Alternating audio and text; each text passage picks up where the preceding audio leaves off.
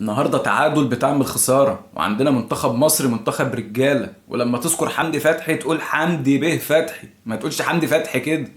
حمدي فتحي بقى هو الهداف دلوقتي في المنتخب بتاعنا. لعبتنا النهارده عملت اللي عليها، يلعبوا اكتر من ساعة زمن وهم مطرود من عندهم واحد، ويكونوا هم المسيطرين وهم الاخطر.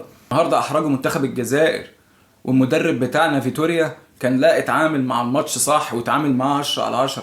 محمد صلاح النهارده اللي انا دايما كنت بقول عليه متخاذل، من اكتر الماتشات اللي شفتها النهارده لمحمد صلاح فيها كان بيجري وكان بيبذل مجهود. اي نعم كان بيطول الكرة شويتين في رجله، بس لا لعب النهارده وحاول انه يقول ان لا مصر فيها لعيب كبير اسمه محمد صلاح. كله النهارده عمل اللي عليه، ولولا بس التهور بتاع محمد هاني كان ممكن يبقى الشكل واللقاء يبقى فيه احسن من كده بكتير. بس هي دي روح المنتخب اللي احنا دايما عايزين نشوفها عندنا. احنا لو لعبنا بالروح دي في بطولة افريقيا اللي جاية اقدر اقول لك ان مصر ممكن توصل كمان للنهائي. ليه لا يا عم؟ عندنا لعيبة كويسة وعندنا لعيبة على مستوى حلو. مش هقول لك يا عم عندنا نجوم العالم ولا الكلام ده، بس عندنا لعيبة تقدر توصل فعلا لبعيد. بس هم بس يلعبوا بنفس الروح دي.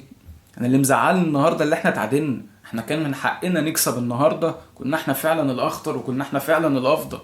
عندي تعليق صغير كده ناحيه الشمال، ناحيه الشمال تطلع تريزيجيه تنزل الشحات، اما مرموش ما برتاحلوش.